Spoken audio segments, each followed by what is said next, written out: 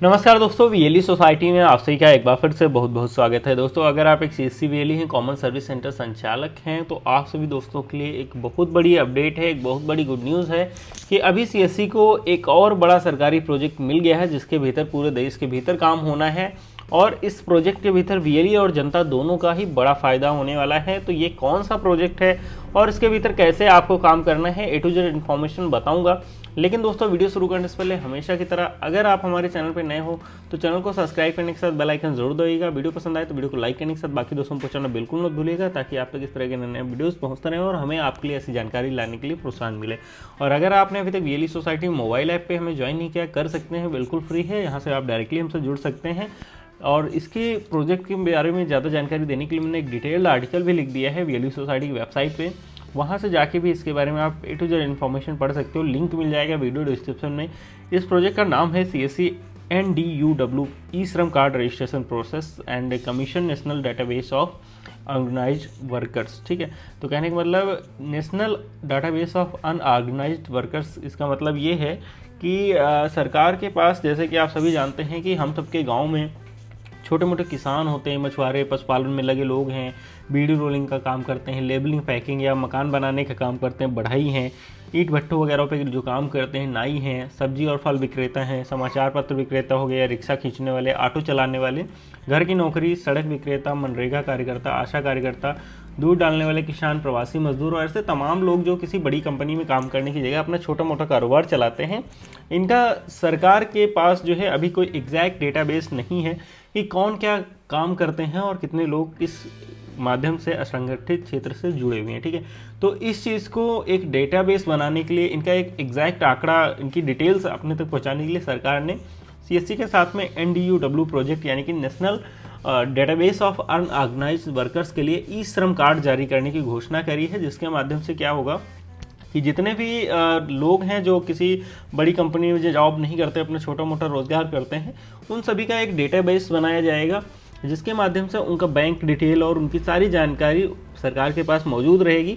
और इन लोगों के लिए कोई भी अगर स्कीम बनाई जाती है, कोई भी इनके लिए बेनिफिशियल प्रोजेक्ट लाया जाता है, तो डायरेक्टली इन लोगों के खाते में उसका लाभ मिलेगा। जैसे अभी अगर हम बात करें कि कोरोना टाइम में, जैसे आपने देखा होगा, जो मजदूर थे, जो श्रमिक थे, उनके लिए सरकार ने घोषणा करी थी कि उनको मुफ्त राशन और उनके खाते में नगद जो 1000 रुपये की आर्थिक मदद है वो दी जाएगी। ठीक है, लेकिन ऐसे बहुत सारे वर्कर्स थे, ऐसे बहुत सारे मजदूर थे जिनका कोई भी रिकॉर्ड सरकार के पास नहीं था, जिन्होंने अपना श्रमिक कार्ड नहीं बनवाया हुआ था। और ऐसे लोगों का सरकार के पास कोई रिकॉर्ड ना होने की वजह से ऐसे उन योजनाओं का लाभ उनको नहीं मिल पाया था, जबकि उनको सबसे ज़्यादा इसकी ज़रूरत थी। ठीक है, तो जिसको ध्यान में रखते हुए सरकार ने एक ऐसा ई श्रम कार्ड जारी करने का, आधार कार्ड की तरीके से ई श्रम कार्ड जारी करने का घोषणा करी है। जिसके भीतर क्या होगा कि जो भी वर्कर्स हैं, जो अपना चाहे नाई हो, चाहे बढ़ाई हो, कोई भी काम अपना करते हैं, ऐसे लोगों का सरकार अपने पास एक डेटाबेस बनाएगी। और जब भी उनके आंकड़ों के हिसाब से या उन कोई भी इस तरीके की आपदा आती है, तो ऐसे में इन वर्कर्स को कौन सी योजनाओं का लाभ मिल सकता है, किस तरीके से उनको फ़ायदा, उनके खाते में भी नगद राशि और भी कई सारी योजनाएं बनाने में सरकार को बड़ी ही आसानी होगी। ठीक है, तो इस प्रोजेक्ट के बारे में जो ट्रेनिंग है, फुल मॉड्यूल है, कैसे इसमें काम करना है, उसके यहाँ पे मैंने लिंक दिया है। इस पर क्लिक करोगे तो इस तरीके का एक डिटेल आर्टिकल आपके सामने, एक डिटेल ट्रेनिंग मॉड्यूल खुल जाएगा, जिसके भीतर आपको डिटेल से बताया गया है कि ये प्रोजेक्ट क्या है और किस तरीके से इसके भीतर आपको काम करना है। ठीक है, यहाँ पे मैं भी आपको एक बार बताया दे रहा हूँ सारी चीज़ें कि असंगठित श्रमिक कौन है। सबसे पहले तो ये जान लीजिए कि जैसे मैंने बताया कि जितने भी प्रकार के सब फल बेचने वाले हो गए, ऑटो रिक्शा, दूध डालने वाले यानी कि दूध वगैरह बेचने वाले, या कोई भी कुछ भी अपना काम करते हैं, लगभग सभी लोग इसके भीतर आ जाएंगे। ठीक है, तो अभी क्या है कि NDUW है क्या, तो देखो, श्रम और रोजगार मंत्रालय असंगठित कामगारों को राष्ट्रीय डेटाबेस तैयार कर रहा है, जिसके माध्यम से उनको एक ई श्रम कार्ड जारी किया जाएगा, जो एक यूनिक नंबर होगा जिससे उनकी पहचान होगी। और साथ ही जो है इसके भीतर जो पंजीकृत श्रमिक हैं उनको PM सुरक्षा बीमा योजना के भीतर जो प्रीमियम है वो 1 साल के लिए लाभ जो है उसका माफ़ कर दिया जाएगा, आपके लिए उसको पैसा नहीं देना पड़ेगा।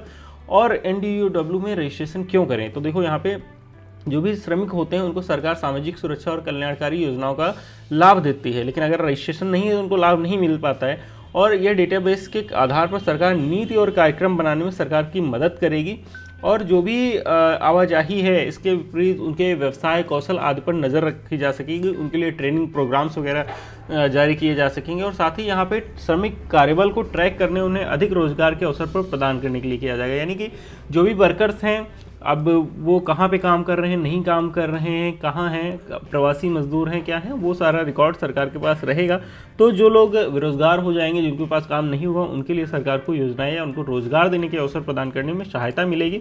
और इसके लिए क्या है कि 16 से 59 साल के जो भी लोग हैं इसके लिए रजिस्ट्रेशन करवा सकते हैं, लेकिन इनकम टैक्स पेयर नहीं होने चाहिए और EPFO और ESI का जो भी सदस्य हैं वो नहीं होने चाहिए। असंगठित श्रमिक श्रेणियों में काम करने चाहिए, यानी कि जो ऊपर श्रेणी है उसमें से आना चाहिए। ठीक है।